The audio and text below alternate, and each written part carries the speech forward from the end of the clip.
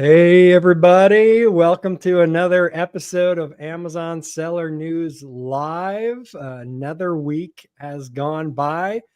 We got Robin Johnson from Marketplace Blueprint and, of course, Leslie Hensel with us today. Appreciate you both joining me. Hello, hello. My pleasure. Yeah, I hope your guys' days are going pretty good so far. Starting a little early today on Thursday instead of Friday, so mixing it up a little bit. Hey, It's that's a good thing. We're coming into the holidays where a lot of people try to disappear on Fridays. mhm. Eh, Yeah, we were having trouble with scheduling, and then Thursday I think will be a little bit better for people coming live to the episode as well. So Fridays, you never know. People take off on Fridays, early vacations, all that good stuff. Thursday's a little bit better. But we've got some good news, I think, today. We've got some Amazon versus Perplexity. China is cracking down on their sellers to make sure they're getting their money from them. Amazon, the price of Amazon software is probably going to be going up. They're going to be charging for some API usage. And then also some interesting USPS doorstep return pickups. So could our costs for returns be going up? All of that we're going to be diving into today. But let's go ahead and dive into this first one here, which we've been talking about a lot lately with AI in everything from Amazon. And it looks like I forgot to share my screen. So we've just got a blank screen at the moment. Let's see if we can get that up. There we go. So Amazon is suing Perplexity as the AI browser wars escalate. So Amazon has filed a lawsuit against AI startup Perplexity, accusing its Comet browser of illegally accessing customer accounts and making purchases on Amazon without permission. The company claims Perplexity's agentic shopping tool violates its terms of service and undermines the shopping experience by bypassing Amazon's site and ads. Perplexity fired back, calling Amazon's actions anti-competitive and insists its AI enhances convenience, not harm.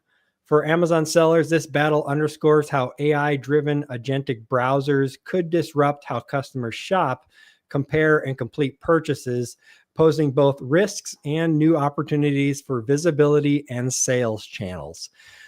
So as soon as I seen this one, I knew we had to talk about it because the last couple episodes we were talking about, Walmart allowing shopping through ChatGPT. ChatGPT released its browsers. We also talked about Perplexity's browser and how some think Perplexity's browser is much better than ChatGPT's. But this is just rather interesting because Amazon's been blocking all of the AI from directly accessing its site. So with the browser, that's kind of a way that they've been getting around that blockade. And now Amazon doesn't like that too much. So what are your guys' thoughts? Let's jump over to you, Leslie, and then we'll come to you, Robin.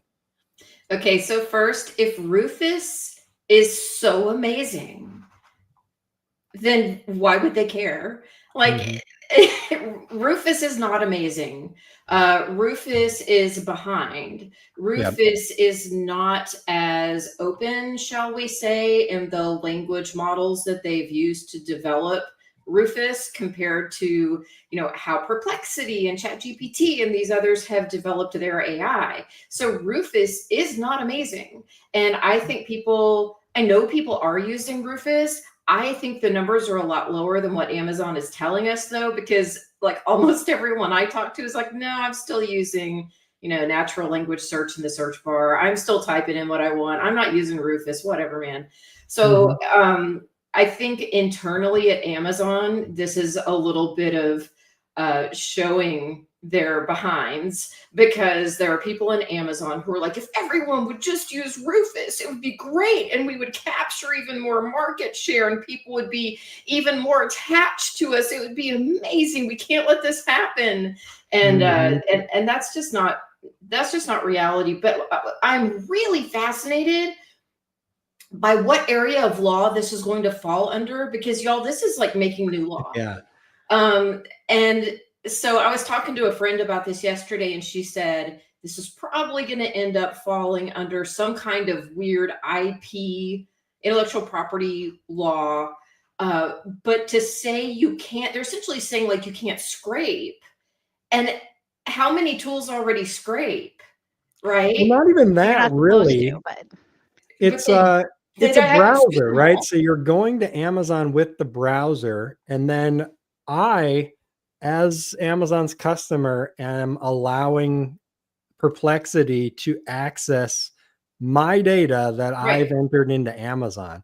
So that's kind of a weird area, because it's like I'm giving authorization for everything that's happening.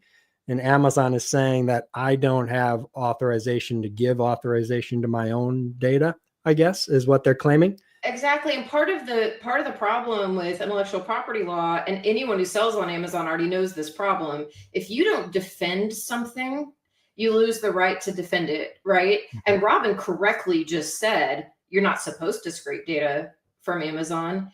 But Yep. show me who they've gone after for scraping data. Show me the lawsuits. That's the problem. They've never done it. And now they feel like someone is on their little doggy's territory. there So has they're been some case law against scraping. It's a developing area, but there is some case law on it. And, I think that I don't think anybody thinks Rufus is really amazing after 2 beers. I mean, maybe the people working on it, and, every mother loves their child, and I can totally appreciate that. But for me, I think that Amazon's concern might be more of a security and a manipulation issue. Personally, knowing what I do about AI, I think it's a little crazy that people have full access to email and bank accounts and money things, because it would be so easy for somebody to come in and manipulate. There's not the same security. There's things like Mhm. PCI compliance. What are there could open them up to a lot of potential issues.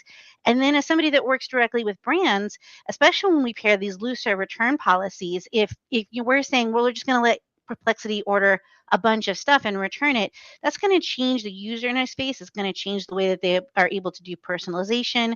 And it can Mhm. open up things where people could do malicious things, especially as people create agents and have other people use it. And then it also becomes like, with a lot of sites, they say, you need to have your own unique login. You're not supposed to share logins, and you're basically sharing a login. And so it's kind of creating the security gap. And then, with brands, I also worry about potential liability issues. If they say, I need a toy that's great for my, let's say, 18-month-old, and it buys something that has a choking hazard, well, now who's liable? Is that Perplexity or is that Amazon? And so, could that brand end up with a lawsuit against them for a death of a child because they were, AI told them it was safe. Now I'm sure it has to be on the box. And so I don't think that that lawsuit would go anywhere, but it's a potential thing that, even when they first Amazon announced they were going to have AI change the titles, everybody was like, we didn't ask for this, because Amen. we can see ways where that's not going to, titles are phrased, somebody who works with very large companies, a Mhm. lot of thought goes into sometimes, sometimes it's not, but sometimes there's a lot of thought in how do we present this information. We carry, one of our brands is a cable wire, like a steel wire. And, Yeah. one of the things that when they brought us on and they wanted to make sure is that we did not use any imagery from zip lines, because while it can be used from that, it's not rated for that. And so I worry about potential alternate uses that might not be safe, that could cause harm to the consumer. And Mhm. then, of course, there's Amazon business interests. There's the advertising, and from a brand that also impacts the way that we need to optimize. And, there's a lot. As somebody who speaks at a lot of like things like PubCon and SMX, there's a lot of work going into with Black Hat SEO right now, trying to figure out how to manipulate these things. And right now, they're having some good success.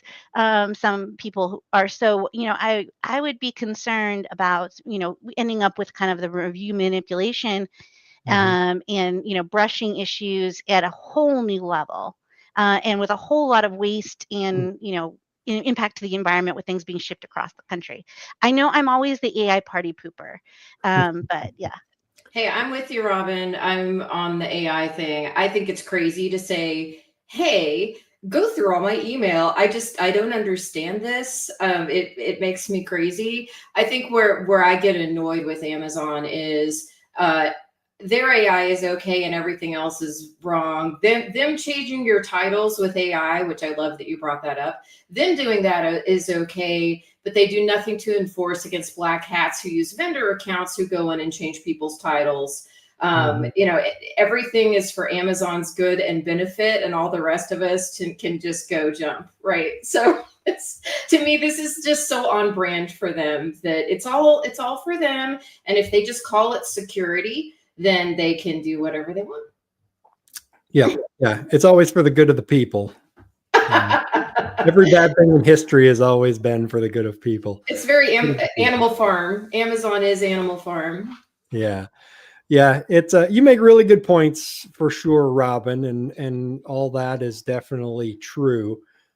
I think Amazon pushing back against this is kind of just a sign of them being the big boy on the block and trying to muscle others out of their turf kind of thing, which I don't think typically ends well for the big guy on the block. And if you look through history, a lot of times that's kind of a sign of moving into the past and a new company or someone taking over in the future, if we look at the history of tech.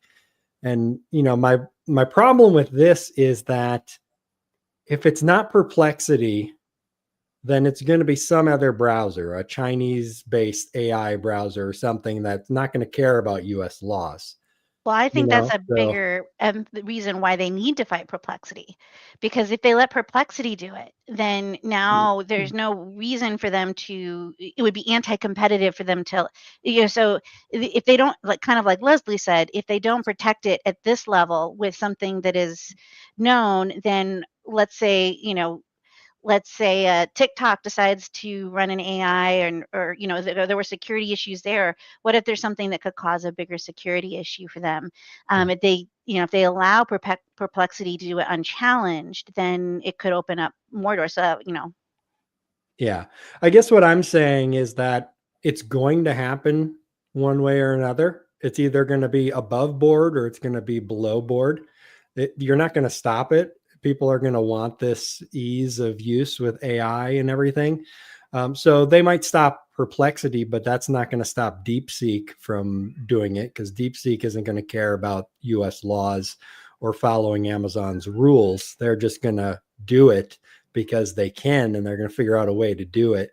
So to me, the better way would be to figure out how to work with Perplexity and do this in the most secure fashion, because that way you can work out the laws and you can work out the security and everything like that with a reputable company, rather than having to battle this forever with black hat AI companies that are going to do it anyways. You know what I'm saying? And the reason I say that is because there's another actual headline here, which I'll bring up. And this is just another headline at the same time as this other article. So Amazon CEO expects to find ways to partner with third-party AI shopping agents in the future. So you kind of got dueling headlines, right? They're suing Perplexity on one hand and then saying, oh, we're going to work with you on the other hand. So they'll have to find the balance. Maybe the lawsuit is just something they have to do, like you said, to protect their intellectual property rights, and they'll eventually find a way to work with them. But it's hard to say which way it'll go. Amazon isn't always the most seller friendly, as we all know. They kind of like to focus inward on themselves for whatever's best for their company. So we'll see. I don't know. Do you guys have a thought on which way it'll go in the future? I think it also could be that, well, first of all, the way Amazon operates, it could be both. It could be that legal doesn't want AI agents, but the CEO asked True. in an interview casually, hadn't been briefed on that, said yes. So it could be and or, right? Yeah. The other thing is that it could be that they are okay, with ultimately having AI agents, but they want to make sure that the proper safety things are in there, and they want to make sure that they're not going to cause um, you know, any negative customer experience or liability or even impact the returns are not great for them either. So Mhm. I think that all of those things, it might be that they need a little bit more time to work out the details, but it also could be that one half the company thinks that this is a great idea. I mean, I know there's a, you know, there's a lot of differing opinions on, how much we should give access to agents. Yeah. Did y'all see the delicious tidbit out there? This is one of those things that probably only the inside baseball people like us would laugh and laugh at, but where one of the major investors in Perplexity is Jeff Bezos. Oh, really? Yes, Interesting. yes, it made me laugh. I thought it was really funny. I know that it's like apropos of nothing. They still have to do what they have to do. He's not even really inside the company. He's just a big shareholder, all those things. So it doesn't really mean anything. That doesn't make it not amusing. Yeah. Yeah. Jeff Bezos is suing himself in a roundabout way. Yeah. That's interesting. It's yeah, we're so early in all of this. I always compare it to like 1995 internet e-commerce days, the AI. So all this will eventually be worked out. I just hope that the government stays out of it as much as possible and lets the tech companies kind of figure this out, because that usually ends up the best versus the government saying, oh, this is the best. And then, in 5 years, that technology that they say is the best no longer even matters anymore. But yet we're stuck using it because of antiquated laws or something like that.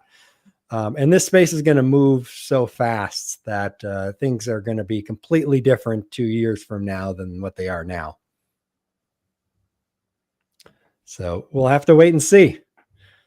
All right, let's go ahead and jump on to the next article here. And Leslie, we lost your video. Hopefully that was Yeah, intentional. I'll try and figure that out. Sorry. All right, no problem. We can still hear you, so that's good. All right, next article here. Amazon to report China-based sellers data to tax bureau.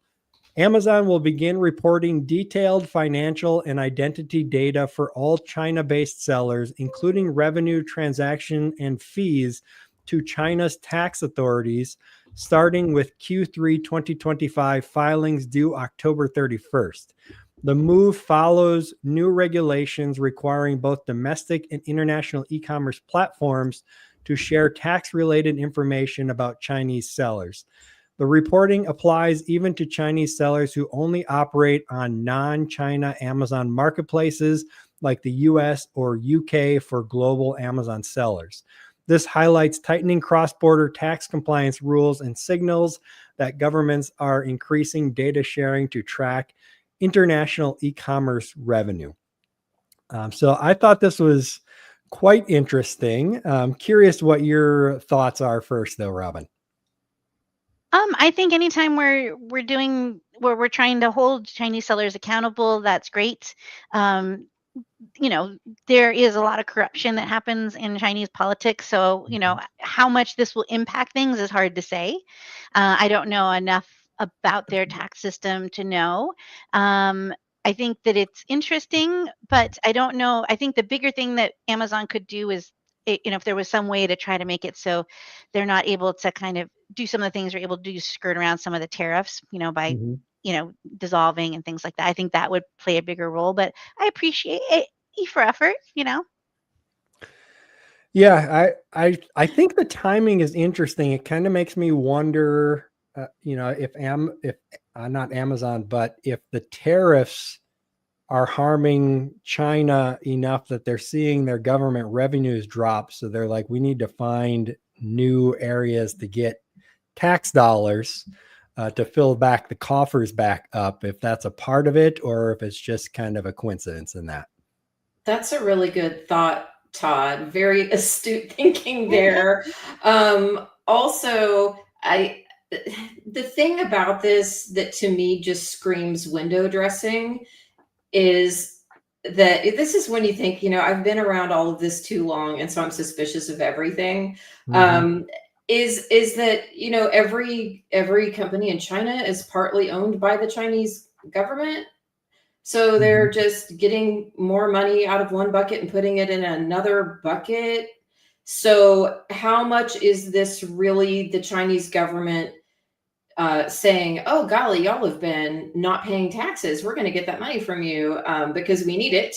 And Mm-hmm. how much of it is we're going to look like we're leveling the playing field more so that we won't, we can try and make these tariffs go away and make the Americans think that we're all on the same level playing field, which obviously we aren't, partly because every company in China is partly owned by the Chinese government, and they get, startup money, and they get all kinds of help and things that we don't have here because my business doesn't have a US investment arm in it. So Yeah. I hate to be like a Debbie Downer on everything relating to China, but we haven't had anything relate, that's like fairness between Amazon sellers in the US and those in China ever. So it's hard to look at this and get too excited.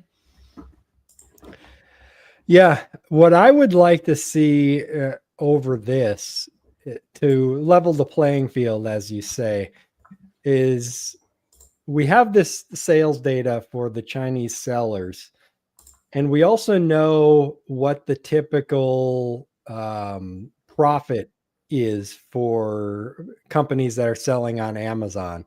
So the government could potentially use that data to say, hey, you sold this much, $1 million on Amazon, but you only paid $1,000 in tariffs. Something isn't adding up here, and they could use that data to potentially prevent people skirting around, paying the tariffs or paying proper income taxes and such in the U.S. And that could help level the playing field a little bit. Now, in a perfect world, they would just decrease our taxes here in the United States to match whatever the Chinese companies are selling, but I highly doubt that will ever happen. Things tend to just go up instead of down. But that would be kind of a cool idea that the government could potentially use that data for. You and your crazy ideas about actually getting our taxes lowered, Todd. You Yeah. talk about like a utopia that I want to live in right there. Yeah. But yeah, if the information were actually used to create fairness, that would be super cool. I mean, how amazing would that be? It's interesting you mentioned earlier too about governments like sharing information cross border and companies sharing information cross border with governments. Mm-hmm. There's good in that. There's also a little bit of scary in that. So there's a lot to think about with all of this. Yeah. When you look at and not to, again, I don't want to sound like the crazy conspiracy woman who lives in the attic or something, but look at a lot of the speech things going on in the EU and the UK and Australia, where they're expecting platforms to enforce laws and rules that we would not do here, but it's putting businesses at risk of not being able to operate internationally. So I've always got a little bit of the skeptic in me on all these things. Yeah. Agreed. Same. Robin, were you going to say something? No, I mean, I kind of, I feel like this is kind of a half. I don't know that this is going to be a earth-shattering thing. So Yeah. yeah, I just kind of meh about it. Yeah, you're probably right. It probably won't have a lot of effect. I'm curious, Robin, you work with a lot of different sellers. Are you continuing to see price increases in general, or is that kind of flattened out? On the like, are they increasing the prices to consumers, or Yeah. are they it depends on the brand, and it depends on how much margin they had and, how much they were able to buy during that window when the tariffs were down, Hmm. and what a cash position they are in. There's some that have had to move their pricing up. There are some that, are they're looking there's some that are looking at reassessing what products, Hmm. and so there's some products they're going to discontinue, just because they have to conserve cash. And then there's some that, aren't making it all together. There are a couple brands that we had that were younger brands that were already, they had, by the time they came to us, they were already in a tough cash position, and the tariffs have impacted that significantly. But I definitely see prices going. You know what? I think the bigger thing is they're not necessarily increasing a lot of retail prices right now because we want that reference price, for the sales. Hmm. What I am seeing is fewer discounts. Yeah. Brands in the past that had been very much like we need to be on every tentpole event are kind of like, well, I don't know what we're going to be able to do this year. So I think it's more that at this part of the year, I'm seeing less discounting and more focus on profitability. Yeah. Yeah. I definitely agree with that. With the brands that I buy from, the suppliers, just recently I've seen some more increases. Like one of the products that we sell a lot of literally went up 100% our cost to buy it. So that won't equate to 100% increase in the price on Amazon. But our cost went up 100%, and then several other products went up 25 to 50% our cost. So I'm definitely still seeing, increases across the board in a lot of the companies that I send orders over to. They'll be like, "Oh, sorry, the prices on these went up to whatever." The 100% one surprised me. I'm like, "Wow!" It basically went from 250 to $5 a unit. I'm like, "Okay, that's a big increase." Yeah, I don't see prices going down anytime soon. I definitely see prices continuing to rise unless something was to change in the landscape. But when we combine that with, jobs, ADP posted that job, postings are down. We have a lot of people that are furloughed. We have a lot of people that have been terminated. We have people, so I think that it we could be heading into some sh shakier times. So as you're looking at your product selection, think about if, things were to be more of a recession. This is something we talk about with our clients. If you're looking at 2 product extensions, look at which one is going to be more resilient in the case of an economic downturn. Mhm. If you're gonna look at, having like a high-end knockoff, which is still a want, but doesn't provide you the prestige of that luxury brand, that's going to get hit more than something that's more of a staple, more utilitarian, something that provides a good ROI, or something that provides like an emotional or like kind of like a dopamine, oxytocin, surge for people. Yeah, yeah, I agree. To me, the economy definitely seems to be balancing on an edge right now, and it could go either way depending on how things work out in the future. To be fair, our last real downturn was 2008, which is 17 years ago. Normally, these are like 5 to 7 year cycles that we see before that. So we've had a long run. So if it does continue, that's quite impressive. If it does go down, it's kind of a natural thing that happens. Well, I shouldn't say natural. It's highly affected by government policy and regulations and stuff like that. So we kind of do it to ourselves, I think. But historically, every 5 to 7 years, there's been a downturn. And so we're on a super long run. So a downturn wouldn't be all that unexpected. not a ton of consolation for somebody though who just invested in a business, and No, because definitely. and I think the other thing is, if you find that that if you are getting down on yourself because things have not gone which how you wanted this year, just provide yourself some grace. There were a lot of variables that people didn't anticipate. So, make sure you've got really great advisors, people who are kind of keeping their pulse on the economy, that are really thinking through, like, are willing to think through with you on the strategies for Yeah. how you can best insulate, because, like you said, things could go several different ways. I like to plan for the worst and hope and aspire to the best, right? So you making sure that you always have your four walls covered, making sure that you're really thinking about those big swings and what happens if you miss that swing. We are coming off a gold rush in Amazon, where now Amazon is really more kind of that traditional marketing place to sell, and some of the more traditional kind of like commerce rules of economics are starting to play a bigger role.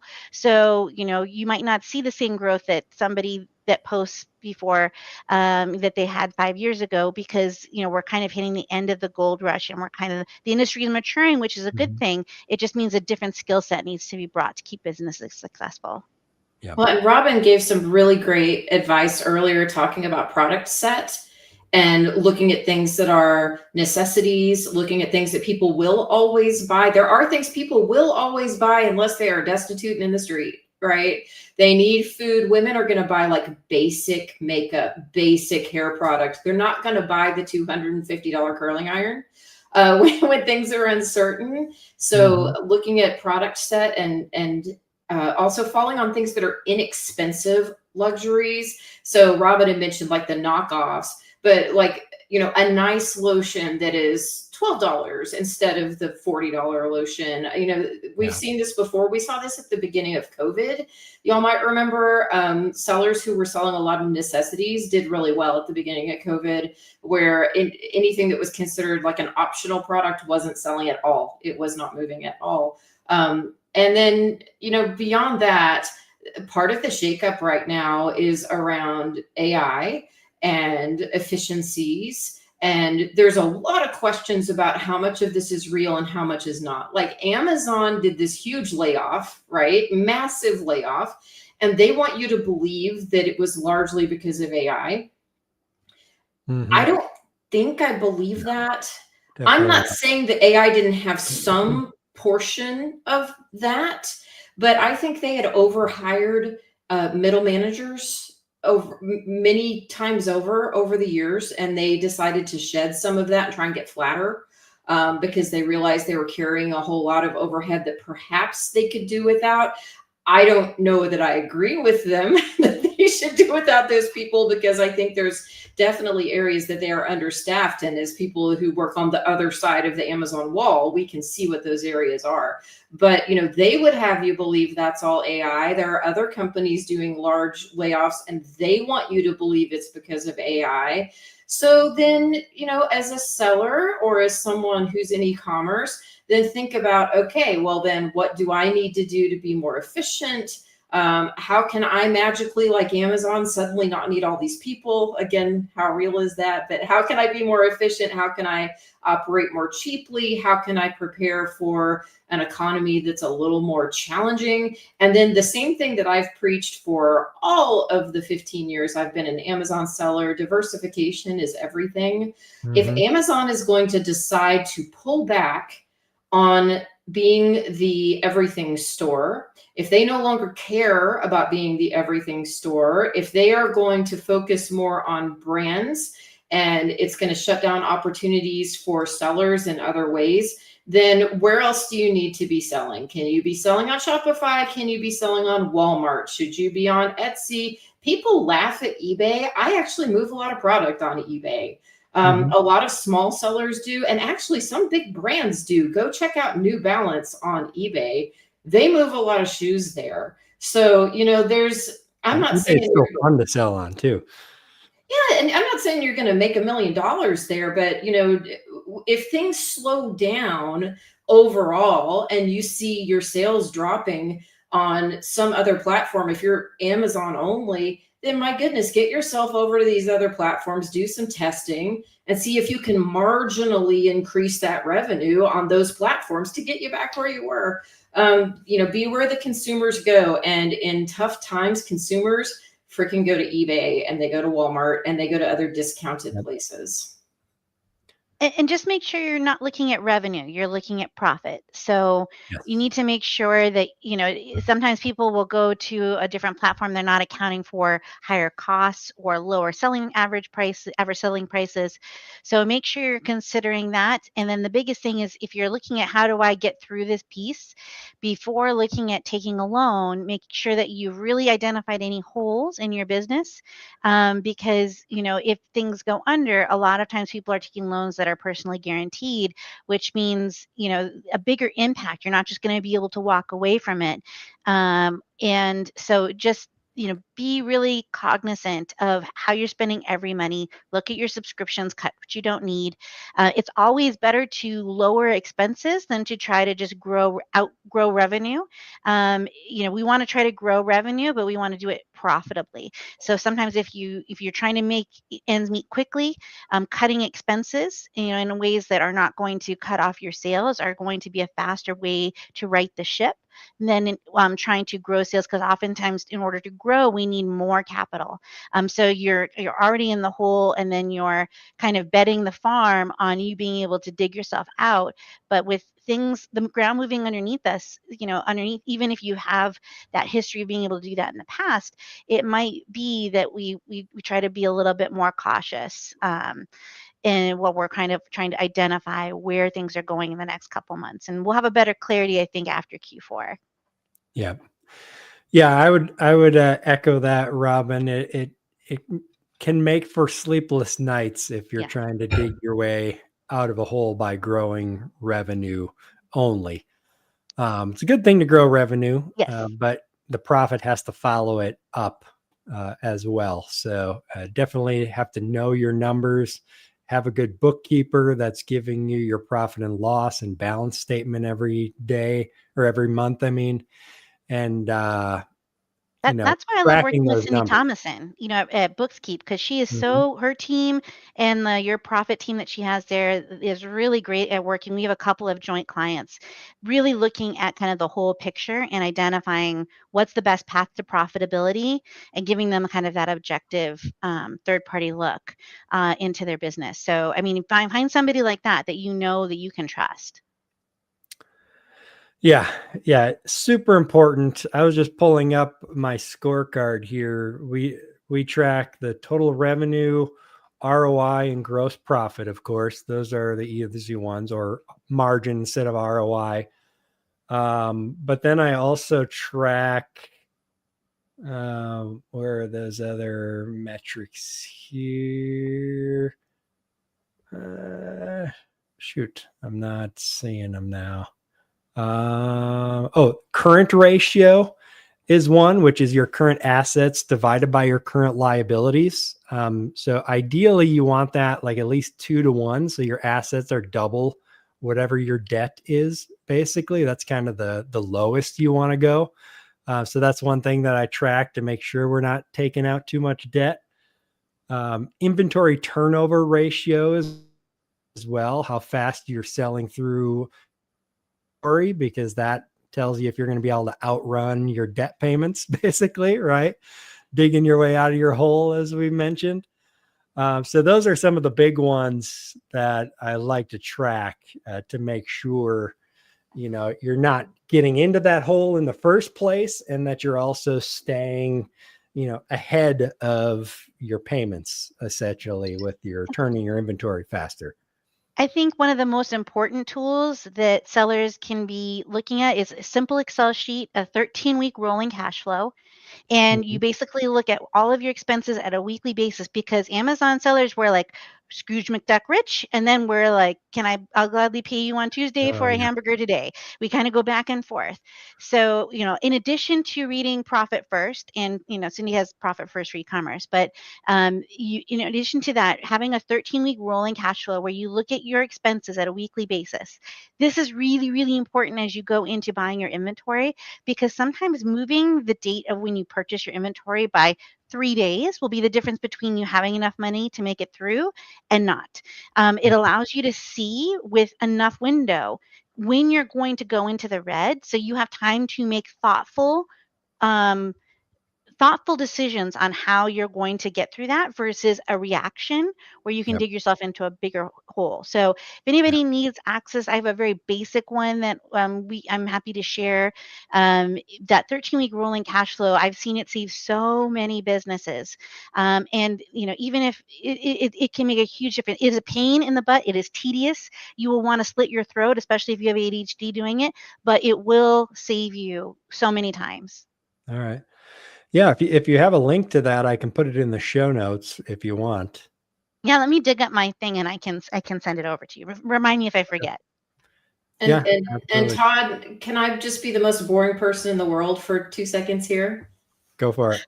And this is something that like no business owner ever wants to hear, but most of us, we can handle stress at work or stress at home, but stress at both is awful.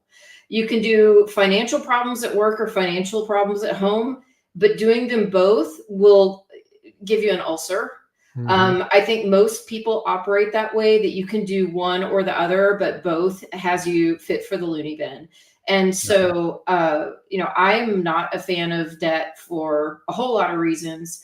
But, debt, there are so many people who they want to leverage all the things. And they believe that if they use the debt, that they'll always be able to outgrow, like Robin said, they're always going to be able to outgrow the expenses if they use a whole lot of debt. If you want to use debt, awesome, but just be real careful about being highly leveraged in your business and at home. Doing both is so stressful. And people who have regular office jobs and work for other people, they don't even have this thought process. They have debt at home. They have debt in their house and their cars and maybe some credit cards and some student loans, and that's all very normal in our society. But if you're an entrepreneur and you've gone all in on this Amazon thing or on e-commerce, and you're also taking the debt on the business, and then you have the American normal debt at home, it's just a recipe for scary and hard. So just put a lot of thought, y'all, into that debt, especially when, and the only reason I bring it up is because here's 3 people who are not in their 20s, who are all a little older than that. And we've seen cycles in business. We've seen people go out of business. We've seen the stress and the pain that it causes. So just give it a lot of thought as we go into this uncertainty of, how much stress you can take over debt and where you want that to be.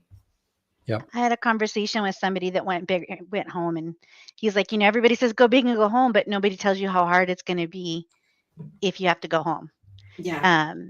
So I know it's a kind of a bummer, but there's so many ways to make money right now, and there's still a lot of opportunity. There's still a lot of things that are going right. So, just make sure that you're watching those 4 walls. You're watching your cash flow. I think that's the biggest thing. Yep. I agree 100%. All right, Robin, I know you have to jump off, so I appreciate you coming on the show, and we'll see you next time. Thanks. It's great seeing you, Robin. And Leslie and I, let's go ahead and jump on to the next story here. So Amazon announces new SP API fee structure for third-party developers. Starting January 31st, 2026, Amazon will introduce a $1,400 annual subscription fee for third-party developers using the Seller Partner API, along with tiered monthly usage fees beginning April 30th, 2026. The new model includes a free basic tier allowing up to 2.5 million get calls per month, while higher tiers, Pro Plus and Enterprise, support larger scale operations with added support and account management options. For Amazon sellers, these changes primarily affect third-party tools and software providers that connect to Seller Central.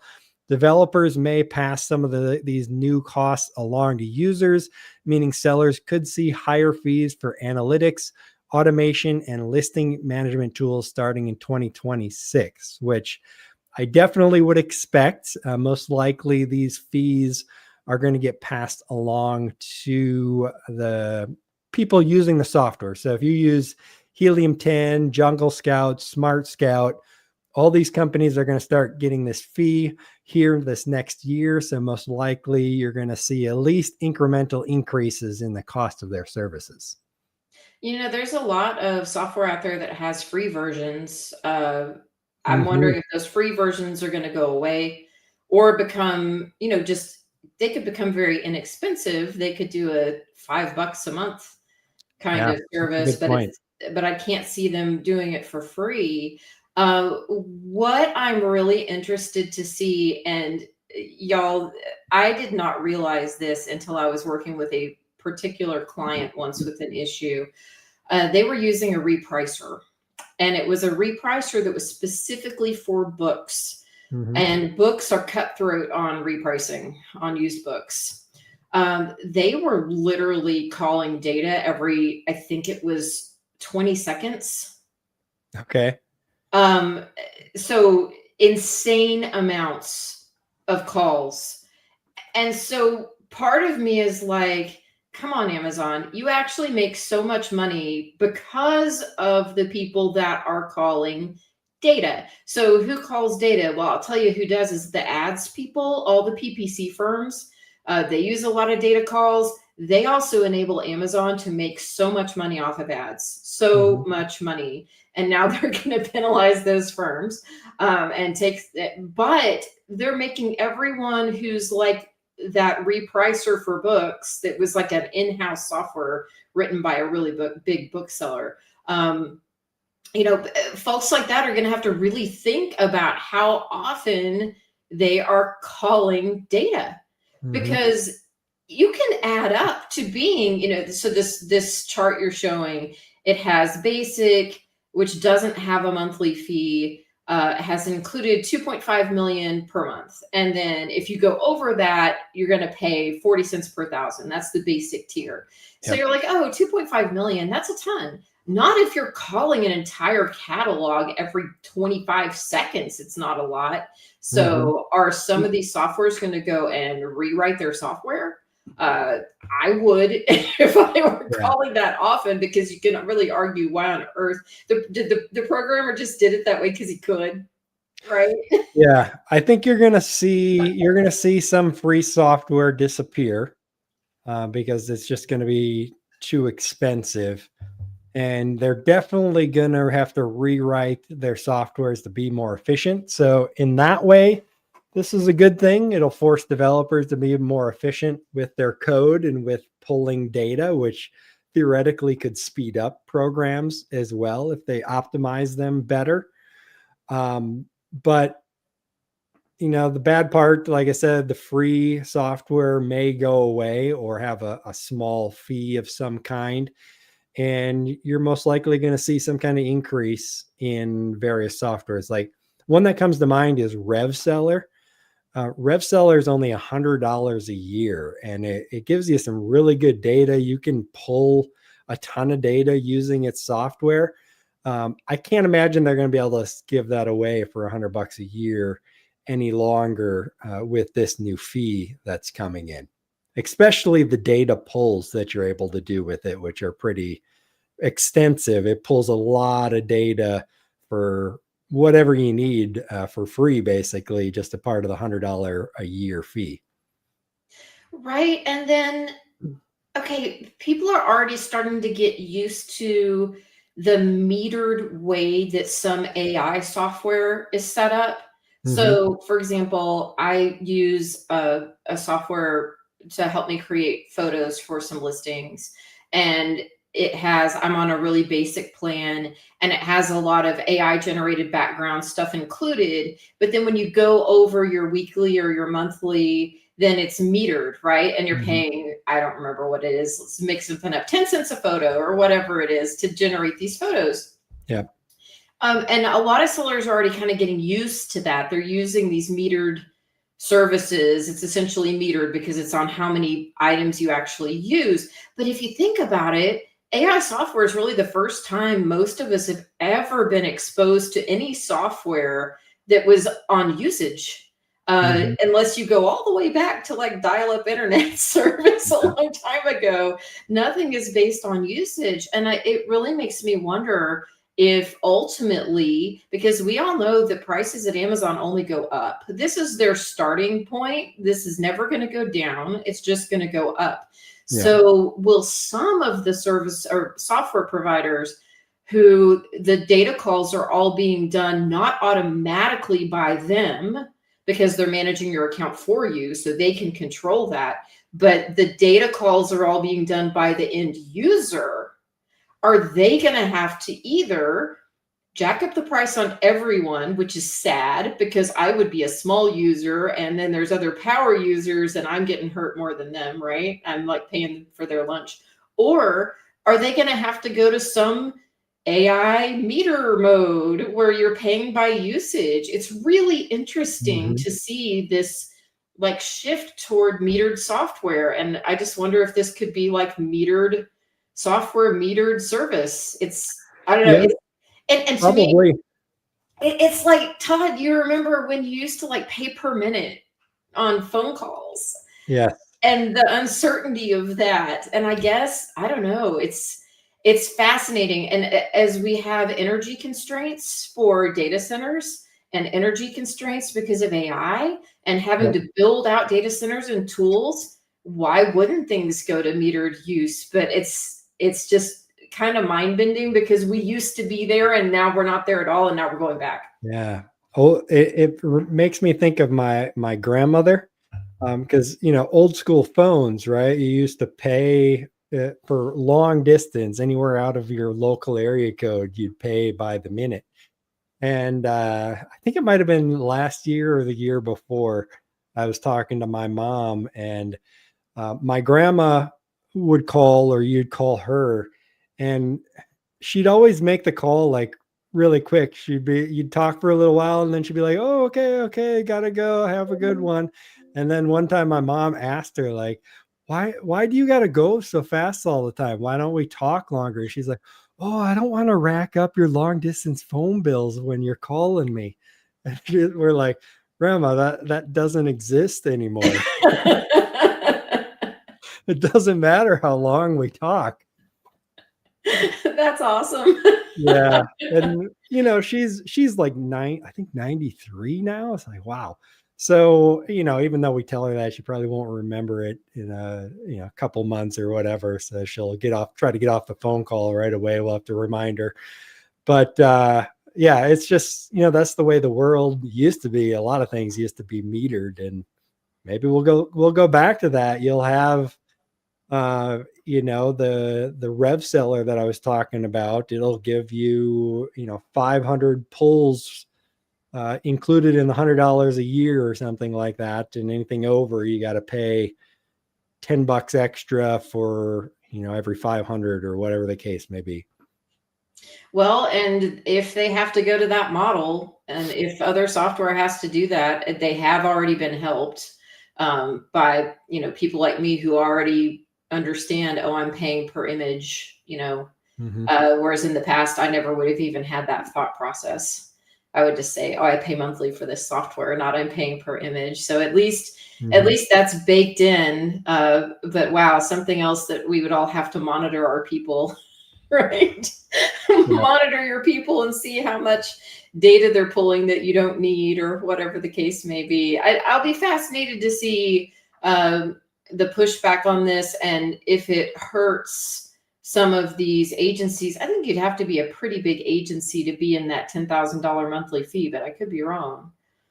Yeah, probably 250 million. It depends, how they're counting the get calls, I guess. I think I'm not super familiar with it. I've done a little bit of programming with the API, but I think there is a limit to the amount of records you get back with each call. So right. How the API works is you make a call to Amazon, right? And you say, "Give me this information." And I think they send back something like 100 or 500 records at a time. So if you've got 10,000 products in your catalog, you might have to make 10 calls or 20 calls to be able to get all of the records in your catalog. So it kind of depends on how that's working. The put calls, which is putting product or information into Amazon, I believe is unmetered. Yeah. So they're not charging for you to put Amazon data in, only to pull data out. So it all depends on how the application is set up and how many calls you're having to make and how big your customers are that you're dealing with and stuff like that. So, it may be a cost that a lot of these companies just eat for their smaller customers and maybe increase for their bigger customers, but we'll have to see. It definitely could hurt the free software options that are out there, though. Yeah, absolutely. And the really small agencies, because Mm-hmm. the what is $1,400 a year, that's not terrible. But if you're really small, I mean, there are really small guys who do this work and they are using the API and they're, solopreneur. That's an ouchie, but I guess it's Mm-hmm. just cost of doing business. Yep, absolutely. All right, let's jump on to this last one here. We've only got a few minutes, but just so people can see it here. Amazon Doorstep returns launch as sellers battle rising costs. Amazon has launched Doorstep returns, allowing customers to schedule USPS pickups directly from their homes, further cementing convenience as the new e-commerce standard. While the move enhances customer satisfaction and loyalty, it also increases pressure on third-party sellers already facing record high return costs, averaging 30% of an item's value. Return abuse, including fraudulent and wardrobing behavior, continues to erode profits and trust, while Amazon's returnless refund and extended holiday returns. This here says through January 15th, but I think they made it January 31st this year, if I'm not wrong there. They can strain seller cash flow even further. For Amazon sellers, mastering return rate management using in-package support inserts and strengthening post-purchase communication are now essential to surviving an increasingly convenience-driven but costly marketplace. So I definitely agree with the increasing costs and the battle with returns that you really got to stay on top of nowadays, because that is just skyrocketing in importance. So I've got a question on this, Todd. So is the buyer going to pay a fee to have UPS pick this up?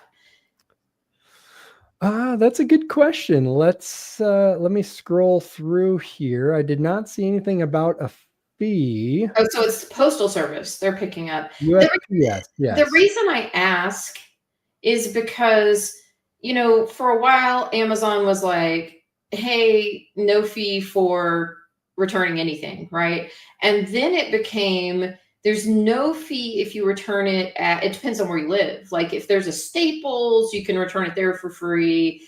And if it's a Kohl's, you can return it there for free. But if you want to return to a UPS location, it has to be the only one within a certain number of miles, or you pay $1. You pay $1 to return an item to the UPS. And then that changed. And some places you still didn't have to pay the $1, but some places you do have to pay the $1. I don't know. I don't get it. It's I can't figure out what they want from us. Oh, free pickup. Free pickup. The customer just has to provide their own box and shipping label, though. So okay, so you can print off because they'll email you a return label, or it'll show up in your account when you do the return, right? You just have to print it off and stick it on the package or tape it so on. you got to print it off yourself and have your own box for the pickups. I'm assuming the shipping label will still be free. Right. Like most returns. I can't imagine they would make you start paying that. But, they already have the UPS pickups. The UPS pickups used to be free, but now a lot of times they'll charge you like $6.99 or something like that. It'll still be one of the options, but they'll charge you. So I imagine this will just start showing up as another one of the options, sometimes free, sometimes not free, depending on the reason for your return, which is why everybody lies about why they're returning their products. They always say it was damaged or something, so that they can get the free return label and free pickup kind of things. Absolutely. And golly, so this is so dependent on where people live too, Yeah. because porch piracy is so different in different places. Yeah. There are neighborhoods where you could leave stuff on the porch and nothing would ever happen. And then there are places where yikes. And then there's, nice neighborhoods where it just happens randomly. This is a whole new avenue for buyers to claim that they put it on the porch and it disappeared. And, you can say, well, it wasn't scanned till the cows come home, but they'll still say, well, I put it out there with the label on. It's just one more way for people to lie and get keep the item. Sadly, I hate even saying that, but it's true. Yeah. Yeah. That's one thing Amazon really needs to crack down on. And I know they've done a little bit of it for like super horrible offenders of this. They've canceled their Prime subscriptions and stuff, and discontinued allowing them to buy on Amazon. But I think it's pretty rare that Amazon actually cracks down on people. And that's something they need to do a lot more of, because overall, those kind of people are just harming the sellers on Amazon and Amazon themselves in the long run. Removing those kind of people from the service would be a benefit to planet Earth, really. Yeah, agreed. And sadly, there's no way for a merchant fulfilled seller to block a repeat buyer that they have issues with. That is something you can do over on eBay. Yes. You can block someone who repeatedly steals product from you in various ways. And that doesn't, there's no way for a seller to do that on the great Amazon. Yeah, it's definitely a problem. Free returns and everything have always caused kind of headaches for sellers and stuff. But at this point, it's just ingrained in people's heads that they should get free shipping and free returns, air quotes free, because of course we all know that that's added into the cost. Right. Just like taxes, right, are added into the cost of products, which for some reason, a lot of people think that doesn't happen as well. So I don't think those days are going to be going away. It's just a part of doing business in e-commerce and something that you have to add into the cost of your products when you're setting the price that you're selling it for on Amazon. Yes, and clothing and shoe merchants hardest hit. Oh yeah. Yep. I had that, we had these like skeleton hoodies that we sold for a while, which we're discontinuing, but all the time I would see people, they would buy a large and an extra large. It's like, okay, so there's going to be a return. Of course, they're going to see which one fits and then return the other one. So those kind of things are definitely very annoying in those spaces. Absolutely. And very, very expensive. And sadly, it's just like you said, it's become part of the online sales culture, where I think people don't even understand the negatives attached to it. There are a lot of good people out there who, if they understood the negative costs attached to it, might not do it. But it's almost encouraged by the structure set up by the platforms, right? Yeah. So they would rather get the sale and have a return and have you be the happy return customer who's on Prime and all the things. They don't. So people don't think anything about it anymore. For the most part, surprisingly, I have had a call or two for someone who got one of our products, and they called me and let me know that, I got this, and the box, I just wanted to let you know that the box was torn open and there was a couple of the, it was a candy thing and a couple of the candies were missing. And I'm like, oh, I'm so sorry about that. Let me just go into Amazon and ask for a return. We'll get you a new one, no problem. They're like, oh no, that's okay. I don't want to make you have to pay for me to return it and everything. I just wanted to let you guys know that it happened. I'm like, wow, that's so rare these days that So somebody's actually nice. looking out for, the seller. And so it was very refreshing, but you don't get much of that. No, but wow, what a positive note to end on, Todd. That's Yeah. great. I mean, I'm like, no, I insist that you do the return because, this is a valid reason that you should get the return, but it was just nice to hear that kind of thing. Absolutely. Yeah. But all right. Well, we'll go ahead and wrap it up there, Leslie. Always great to have you on the show. Well, thank you so much. This has been fun as always.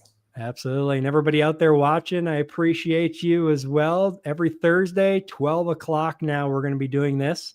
Of course, we'll take off for Thanksgiving, but until then, we'll see you next Thursday. Have an awesome weekend.